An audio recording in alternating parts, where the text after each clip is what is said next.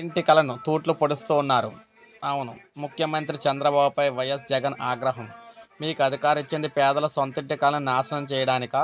అక్కా చెల్లెమ్మలకు రిజిస్ట్రేషన్ చేసి మరీ ఇచ్చిన ఇళ్ల స్థలాలను రద్దు చేసే అధికారం మీకు ఎవరిచ్చారు?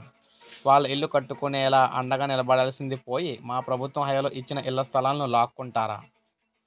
అక్క చెల్లెమ్మల ఉసురు పోసుకుంటారా? మీరు పేదల వ్యతిరేకని మరోసారి నిరూపణ అయ్యింది. తక్షణమే ఆ నిర్ణయాన్ని వెనక్కి తీసుకోవాలి. అవసరమైతే పేదల కోసం న్యాయ పోరాటం చేస్తాం, వారికి అండగా నిలబడతాం. ఈ అంశంపై వైఎస్ఆర్సీపీ శ్రేణులు ధర్నాలు, నిరసనలు, ఆందోళనకు సిద్ధమవుతూ ఉన్నాయి. పేదల ఇళ్ల స్థలాలను రద్దు చేస్తూ సీఎం చంద్రబాబు తీసుకున్న నిర్ణయంపై జగన్ మండిపడ్డారనమాట. మీకు అధికారం ఇచ్చింది పేదలపై కత్తి పెట్టడానికా, వారి సొంతింటి కలను నాశనం చేయడానికా? మా ప్రభుత్వ హయాంలో అక్క చెల్లెమ్మలకు రిజిస్ట్రేషన్ చేసి ఇచ్చిన స్థలాలను రద్దు చేసే అధికారం మీకు ఎవరిచ్చారు? వాళ్ళు ఇల్లు కట్టుకునేలా అండగా నిలబడాల్సింది పోయి మా ప్రభుత్వ హయాంలో ఇచ్చిన స్థలాలను లాక్కుంటారా అని ప్రశ్నించారు. తక్షణమే ఈ నిర్ణయాన్ని వెనక్కి తీసుకోవాలని చెప్పారు. పేదల కోసం అవసరమైతే న్యాయ పోరాటం చేస్తామని, వారికి అండగా నిలబడతామని స్పష్టం చేశారు.